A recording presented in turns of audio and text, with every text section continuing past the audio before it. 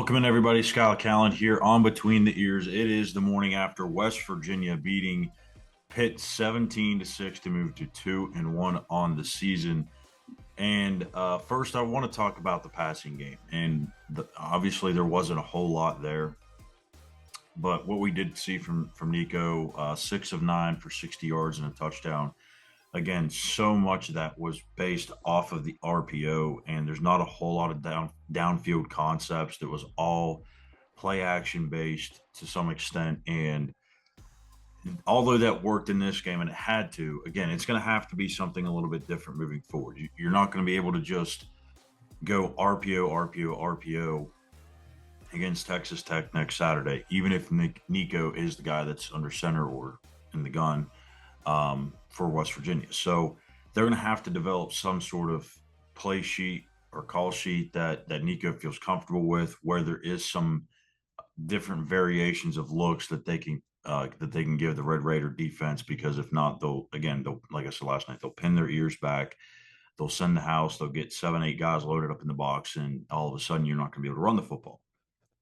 So I think Nicco has the ability. We saw the pass to Preston Fox near the sideline. We saw the deep ball that he missed on, just overthrew it. The arm talent is there. We all know that.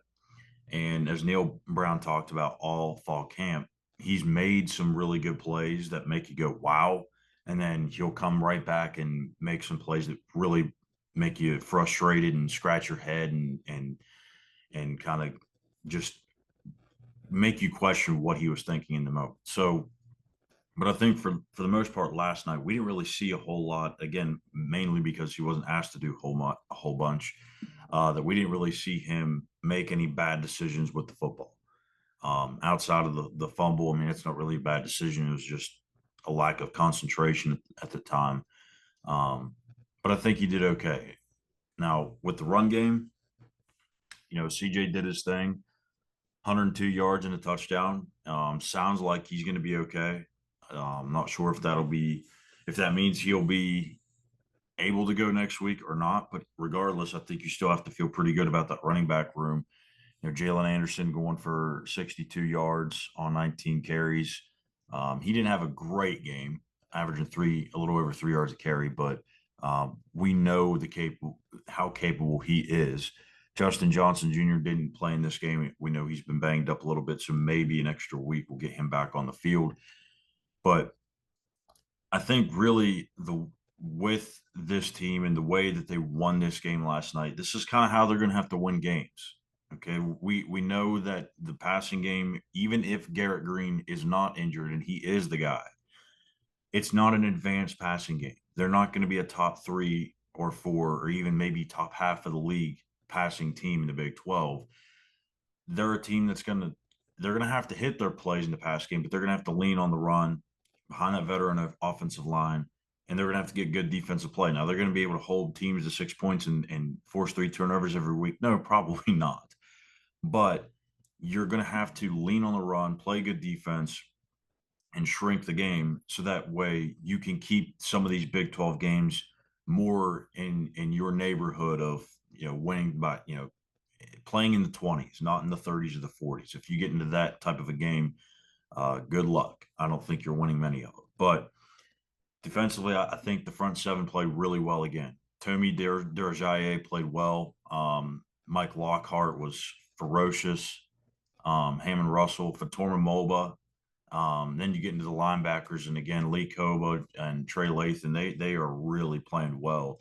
And Lathan is really a lot further ahead than I even thought he would be. And for a redshirt freshman to come in and make this kind of an impact, blitzing very effectively, being a factor in pass coverage. I mean, he has just been lights out through 3 games. Hasn't played perfect, obviously, but he has been definitely a surprise for Jordan Leslie in that side of the ball. So defensively, I think they played well. They responded to the all the criticism from the last 2 weeks.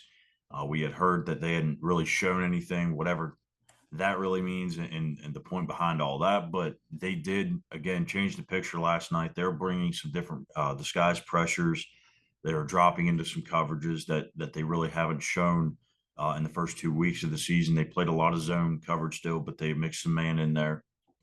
And I think they responded well. Aubrey Burks played a really great game. Again, I talked about it on the Walkthrough Game Day show that he has got to be someone that kind of takes the top off the defense, put a lid on it, just because of how Pitt likes to throw the ball downfield. I think it was mentioned again in the show that they are one of the teams that have the deepest passing yards per attempt in the country.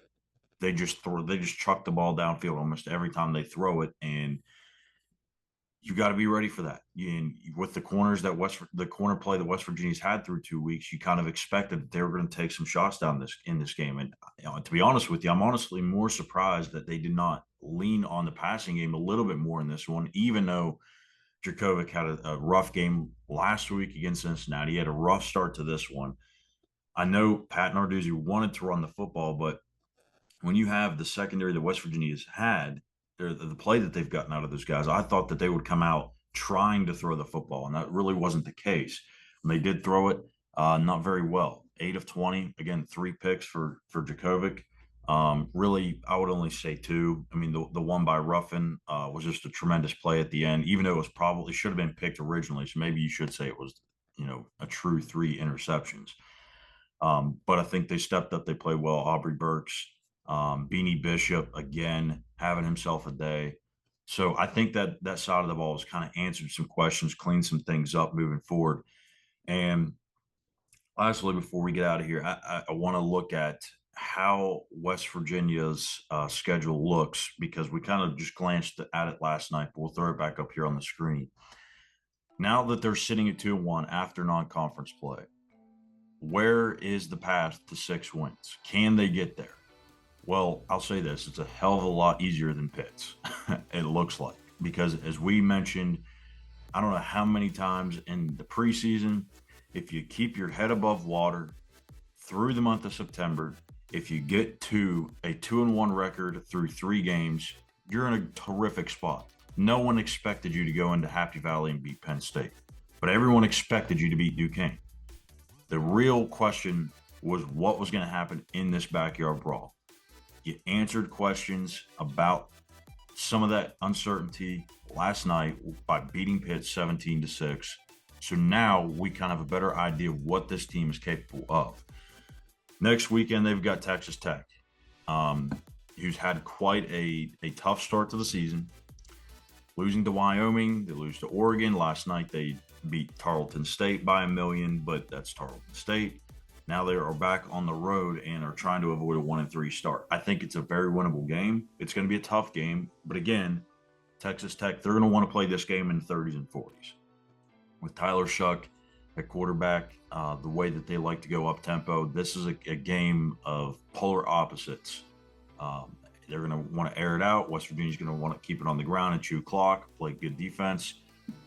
So I think really the style of how, or whatever the flow of that game goes, is probably who's going to end up winning that game, whichever team it plays into the favor of. Then you got TCU on the road, which it's kind of tough to get a gauge on TCU right now, but they're still a really good team.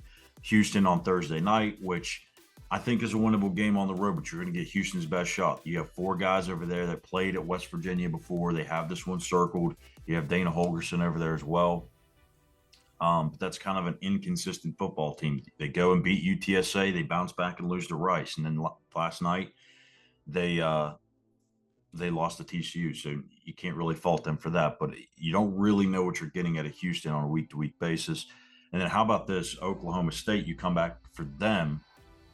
And the Cowboys getting absolutely boat raced on their own field by South Alabama, 33-7. And we have been keeping an eye on the Cowboys for these first couple of weeks, just looking at how bad this offense has been. And Chris and I keep joking about it on our best bet segment every week. At some point, maybe this offense is going to start rolling, because they always do. And I don't know. I'm not seeing it with this Oklahoma State team. And I know Mike Gundy usually overachieves. I don't see how he does it this year. This team does not look good offensively. So with this one being at home, you got to feel good about it. Then you go Central Florida on the road. You come back from BYU, and then you've got at Oklahoma, home against Cincinnati, and then you round out the season with Baylor. So 9 games left on the schedule. You need to get 4 of them to get the bowl eligibility. You can go 4 and 5, and you're there. So I think it's definitely on the table. I think with Houston, Oklahoma State, there's potentially 2, Cincinnati at home, and then you just got to get 1 more. So, but really, could this turn into more? Could this be more than just a bowl eligible team? Could this be a 7-5 or an 8-4 team? That's a question that I think we really don't know until we see what this quarterback situation looks like moving forward.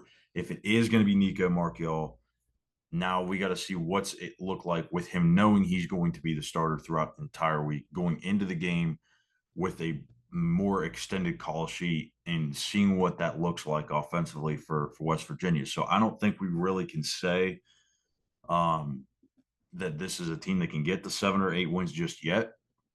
Heck, may be a team that can even get bowl eligible yet. We don't know. We have to see what this quarterback situation looks like. What's the timetable for Garrett Greene and so on. So, anyways, that'll do it for me here today on Between the Ears. I'm Schuyler Callihan. You can give us a like on our Facebook page at Mountaineers Now. Be sure to also subscribe on our YouTube channel at Mountaineers Now as well. So that'll do it. Thank you guys for watching. We'll see you back tomorrow for the good, the bad, and the ugly.